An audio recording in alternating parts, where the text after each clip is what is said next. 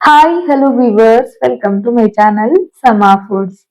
Dry fruits ಇಲ್ದೇನೆ dry fruits laddu ಅಷ್ಟೇ ಆರೋಗ್ಯಕರ, ಅಷ್ಟೇ ರುಚಿಕರ, ಮತ್ತೆ ತುಂಬಾ ಈಸಿ ರೆಸಿಪಿ. ಖಂಡಿತ ನಿಮ್ಮೆಲ್ಲರಿಗೂ ಇಷ್ಟ ಆಗತ್ತೆ. ಪ್ರೋಟೀನ್ ಲಡ್ಡು ಅಂತ ಕೇಳಿರ್ತೀರಾ, ಬಟ್ ಇದು ಫೈಬರ್ ಲಡ್ಡು.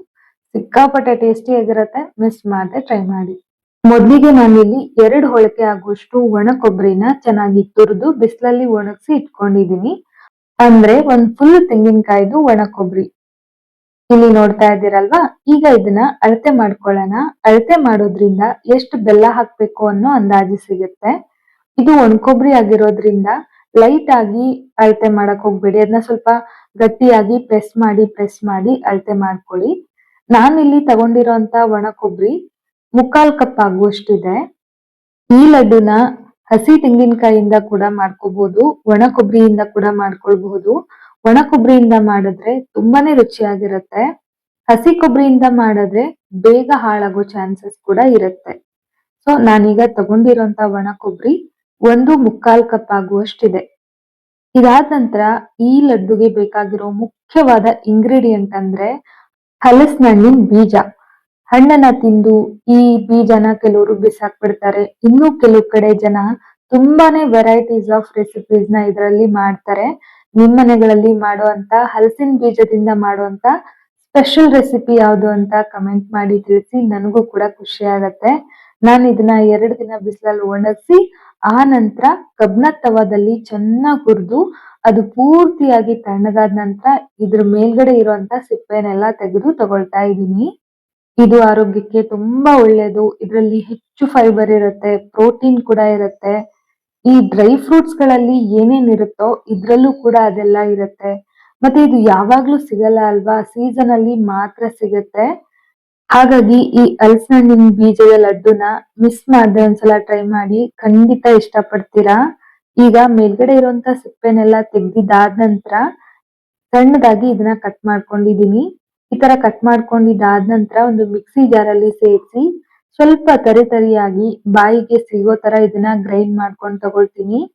ನಿಮ್ಗೆ ತುಂಬಾ ನೈಸ್ ಆಗಿದ್ರೆ ಇಷ್ಟ ಆಗತ್ತೆ ಅನ್ನೋದಾದ್ರೆ ಸ್ವಲ್ಪ ನೈಸ್ ಆಗಿನೇ ಗ್ರೈಂಡ್ ಮಾಡ್ಕೊಂಡು ಉಂಡೆ ಕಟ್ಕೊಳ್ಬಹುದು. ನಂತರ ಒಂದು ಪ್ಯಾನ್ಗೆ 2 ಚಮಚ ಆಗುವಷ್ಟು ತುಪ್ಪನ ಸೇರಿಸ್ತಾ ಇದ್ದೀನಿ. ಇದಕ್ಕೆ ಜಾಸ್ತಿ ತುಪ್ಪ ಕೂಡ ಬೇಕಾಗೋದಿಲ್ಲ, ಇಷ್ಟೇ ಸಾಕು. ಈಗ ಇದಕ್ಕೆ ತುಪ್ಪ ಬಿಸಿ ಆದ ನಂತರ ಗ್ರೈಂಡ್ ಮಾಡಿ ಇಟ್ಕೊಂಡಿರೋ ಅಂತ ಹಲಸಿನಹಣ್ಣಿನ ಬೀಜನ ಸೇರಿಸಿ ಚೆನ್ನಾಗಿ ಇದನ್ನ ಫ್ರೈ ಮಾಡ್ಕೊಳ್ಬೇಕು. ಲೈಟ್ ಆಗಿ ಘಮ ಬರಬೇಕು, ಮತ್ತೆ ಇನ್ನೊಂಚೂರು ಕಲರ್ ಚೇಂಜ್ ಆಗ್ಬೇಕು. ಅಲ್ಲಿವರೆಗೂ ಇದನ್ನ ಚೆನ್ನಾಗಿ ಫ್ರೈ ಮಾಡ್ಕೊಂಡು ತಗೊಳ್ಳಿ. ಫ್ರೆಂಡ್ಸ್, ನೀವೇನಾದ್ರೂ ನಮ್ ಚಾನೆಲ್ ನ ಫಸ್ಟ್ ಟೈಮ್ ವಿಸಿಟ್ ಮಾಡ್ತಾ ಇದ್ರೆ ಪ್ಲೀಸ್ ನಮ್ ಚಾನೆಲ್ ನ ಸಬ್ಸ್ಕ್ರೈಬ್ ಮಾಡ್ಕೊಳ್ಳಿ, ಸಪೋರ್ಟ್ ಮಾಡಿ. ಹಾಗೆ ವಿಡಿಯೋ ಇಷ್ಟ ಆದ್ರೆ ಒಂದ್ ಲೈಕ್ ಸಹ ಮಾಡಿ. ಇವಾಗ ನೋಡಿ, ಹಲಸಿನಹಣ್ಣಿನ ಬೀಜನ ಚೆನ್ನಾಗಿ ಫ್ರೈ ಮಾಡಿದೀನಿ. ಈಗ ಇದ್ರ ಜೊತೆಗೇನೆ ಒಣ ಕೊಬ್ಬರಿನ ಅಳತೆ ಮಾಡಿ ಇಟ್ಕೊಂಡಿದ್ನಲ್ಲ ಅದನ್ನು ಕೂಡ ಸೇರಿಸಿ ಅದ್ರ ಜೊತೆಗೇನೆ ಕಡಿಮೆ ಉರಿನಲ್ಲಿ ಚೆನ್ನಾಗಿ ಹುರಿಬೇಕು. ಈ ತರ ಹುರಿಯೋದ್ರಿಂದ ಲಡ್ಡು ಬೇಗ ಹಾಳಾಗೋದಿಲ್ಲ, ಜೊತೆಗೆ ಅದರಲ್ಲಿರುವಂತ ಹಸಿ ವಾಸನೆ ಕೂಡ ಹೋಗುತ್ತೆ. ಒಣ ಕೊಬ್ಬರಿನೂ ಕೂಡ ಸ್ವಲ್ಪ ಹೊತ್ತು ಫ್ರೈ ಮಾಡ್ಕೊಂಡಿದ್ದಾದ ನಂತರ 1 ಕಪ್ ಆಗುವಷ್ಟು ಬೆಲ್ಲನ ಸೇರಿಸ್ತಾ ಇದ್ದೀನಿ. ಬೆಲ್ಲ ನಿಮ್ಗೆ ಸಿಹಿ ಜಾಸ್ತಿ ಬೇಕು ಅಂದ್ರೆ ಇನ್ನೊಂದ್ ಅರ್ಧ ಕಪ್ಪು ಅಥವಾ 1/4 ಕಪ್ ಆಗುವಷ್ಟು ಬೆಲ್ಲನ ಹಾಕೋಬಹುದು. ನಾನಿಲ್ಲಿ ಆದಷ್ಟು ಕಡಿಮೆ ಸಿಹಿನ ಬಳಸಿ ಈ ಲಡ್ಡುನ ಮಾಡ್ತಾ ಇದ್ದೀನಿ. ಬೆಲ್ಲ ಸೇರಿಸಿ ಕಡಿಮೆ ಉರಿನಲ್ಲಿ ಮಿಕ್ಸ್ ಮಾಡ್ತಾ ಹೋದ್ರೆ ಬೆಲ್ಲ ಕರಗಿ ಪಾಕ ತರ ಆಗತ್ತೆ.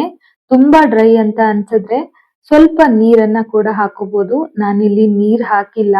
ನಿಮ್ಗೆ ಈ ತರ ಪಾಕ ತೆಗೆದು ಲಡ್ಡು ಮಾಡಕ್ ಬರಲ್ಲ ಅನ್ನೋದಾದ್ರೆ ನೀವು ಸಿಂಪಲ್ ಆಗಿ ಎಲ್ಲಾನು ಫ್ರೈ ಮಾಡ್ಕೊಂಡು ಬೆಲ್ಲನ ಮಿಕ್ಸಿನಲ್ಲೇ ಸೇರಿಸಿ ಗ್ರೈಂಡ್ ಮಾಡಿ ಆ ನಂತರ ಉಂಡೆ ಕಟ್ಕೋಬಹುದು. ಅದು ಕೂಡ ತುಂಬಾ ಚೆನ್ನಾಗಿರುತ್ತೆ, ಬಾಳಿಕೆ ಬರುತ್ತೆ. ಬಟ್ ಸ್ವಲ್ಪ ಇದಕ್ಕೂ ಅದಕ್ಕೂ ಡಿಫ್ರೆನ್ಸ್ ಅನ್ಸುತ್ತೆ ಅಷ್ಟೇನೆ. ನನ್ಗೆ ಈ ತರ ಪಾಕ ತೆಗೆದು ಮಾಡಿದಾಗ ಇಷ್ಟ ಆಗತ್ತೆ. ಬೇಗ ಬೇಗ ಖಾಲಿ ಆಗ್ಬಿಡುತ್ತೆ ಅನ್ನೋದಾದ್ರೆ ಮಿಕ್ಸಿ ಜಾರಲ್ಲಿ ಕೂಡ ಎಲ್ಲ ಒಟ್ಟಿಗೆ ಗ್ರೈಂಡ್ ಮಾಡ್ಕೊಂಡು ಉಂಡೆ ಕಟ್ಕೋಬಹುದು. ಇವಾಗ ಇದಾಗಿದೆ, ಕೈನ ಹಸಿ ಮಾಡ್ಕೊಂಡು ನೋಡಿದ್ರೆ ಕೈಗೆ ಅಂಟಬಾರ್ದು, ಅಷ್ಟಾದ್ರೆ ಸಾಕು. ಇದು ರೆಡಿ ಆಗಿದೆ ಅಂತ ಅರ್ಥ. ನೋಡಿ, ಸಾಫ್ಟ್ ಆಗೂ ಇದೆ, ಕೈಗೆ ಸ್ವಲ್ಪನೂ ಅಂಟ್ಕೊಳ್ತಾ ಇಲ್ಲ. ಮತ್ತೆ ನಾವು ಬೆಲ್ಲ ಕೂಡ ಜಾಸ್ತಿ ಹಾಕಿಲ್ಲ ಅಲ್ವಾ, ಅದು ಸರಿ ಆಗ್ಬಿಡುತ್ತೆ ಅಷ್ಟಕ್ಕೇನೆ ಕರಗಿ. ಈಗ ಇದು ಆಗಿದೆ, ಬೇರೆ ಒಂದು ತಟ್ಟೆಗೆ ತೆಗೆದು ಆದಷ್ಟು ಬಿಸಿ ಇದ್ದವಾಗ್ಲೇನೆ ನಾವು ಉಂಡೆನ ಕಟ್ಕೊಂಡ್ಬಿಡ್ಬೇಕು. ಕೈಗೆ ತುಪ್ಪ ಅಥವಾ ಎಣ್ಣೆ ಏನಾದ್ರೂ ಹಚ್ಕೊಂಡು ಉಂಡೆ ಕಟ್ಕೊಳ್ಳಿ. ಇವಾಗ ನೋಡಿ, ಒಂದು ಉಂಡೆ ರೆಡಿ ಆಯ್ತು. ನೋಡೋದಕ್ಕೆ ಎಷ್ಟು ಚೆನ್ನಾಗ್ ಕಾಣಿಸ್ತಾ ಇದೆಯೋ ತಿನ್ನೋದಕ್ಕೂ ಅಷ್ಟೇ ರುಚಿಯಾಗಿರತ್ತೆ. ಈ ಲಡ್ಡುನ ಡ್ರೈ ಫ್ರೂಟ್ಸ್ ಇಂದ ಮಾಡಿಲ್ಲ ಅಂತ ಅಂದ್ರೆ ಯಾರು ಕೂಡ ನಂಬಲ್ಲ. ಮಕ್ಕಳಿಗೆ ಲಂಚ್ ಬಾಕ್ಸ್ ಜೊತೆಗೆ ಅಥವಾ ಸ್ನಾಕ್ ಬಾಕ್ಸ್ ಅಲ್ಲಿ ಹಾಕಿ ಕಳ್ಸಕ್ಕೆ ತುಂಬಾ ಒಳ್ಳೆ ರೆಸಿಪಿ ಅಂತಾನೆ ಹೇಳ್ಬೋದು. ನೀವ್ ಯಾವತ್ತು ಈ ತರ ಲಡ್ಡುನ ಟ್ರೈ ಮಾಡಿರಲ್ಲ ಅಂತ ಅನ್ಕೊಳ್ತೀನಿ. ಮಾಡಿದ್ರು ಕೂಡ ನಾವ್ ಮಾಡ್ತೀವಿ ಅಂತ ಕಮೆಂಟ್ ಬಾಕ್ಸ್ ಅಲ್ಲಿ ತಿಳಿಸಿ. ಇದು ತುಂಬಾ ಇಷ್ಟ ಆಯ್ತು ನನ್ಗಂತೂ. ನಾನ್ ಫಸ್ಟ್ ಟೈಮ್ ಟ್ರೈ ಮಾಡಿದ್ದು. ತುಂಬಾ ಕಡಿಮೆ ಇಂಗ್ರೀಡಿಯೆಂಟ್ ಅಲ್ಲಿ ತುಂಬಾ ಒಳ್ಳೆ ಆರೋಗ್ಯಕರ ಲಡ್ಡುನ ಮಾಡ್ಬೋದು. ಕಮ್ಮಿ ಖರ್ಚು ಕೂಡ. ವೇಸ್ಟ್ ಆಗುವಂತ ಜಾಕ್ ಸೀಡ್ಸ್ ಇಂದ ಈ ಲಡ್ಡು ಅಂದ್ರೆ ನಿಜವಾಗ್ಲೂ ಸೂಪರ್ ಅಂತಾನೆ ಹೇಳ್ಬೋದು.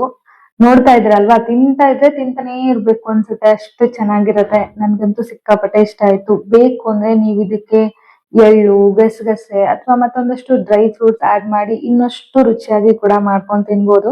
ಒಟ್ನಲ್ಲಿ ಟ್ರೈ ಮಾಡಿ, ಹೇಗ್ ಬಂತು ಅಂತ ತಿಳಿಸೋದನ್ನ ಮರಿಲೇಬೇಡಿ. ಐ ಹೋಪ್ ಇವತ್ತಿನ ಈ ಡ್ರೈ ಫ್ರೂಟ್ಸ್ ಇಲ್ದೆ ಮಾಡಿರೋ ಡ್ರೈ ಫ್ರೂಟ್ಸ್ ಲಡ್ಡು ನಿಮ್ಗೆ ಇಷ್ಟ ಆಯ್ತು ಅನ್ಕೊಳ್ತೀನಿ. ಇಷ್ಟ ಆಗಿದ್ರೆ ಒಂದ್ ಲೈಕ್ ಮಾಡೋದನ್ನ ಮರಿಬೇಡಿ. ಮುಂದಿನ ವಿಡಿಯೋದಲ್ಲಿ ಮತ್ತೊಂದು ಟೇಸ್ಟಿ ರೆಸಿಪಿ ಜೊತೆಗೆ ಮತ್ತೆ ಸಿಗ್ತೀನಿ. ಅಲ್ಲಿವರೆಗೂ ಕಾಯ್ತಾ ಇರಿ. Bye friends. Thank you so much.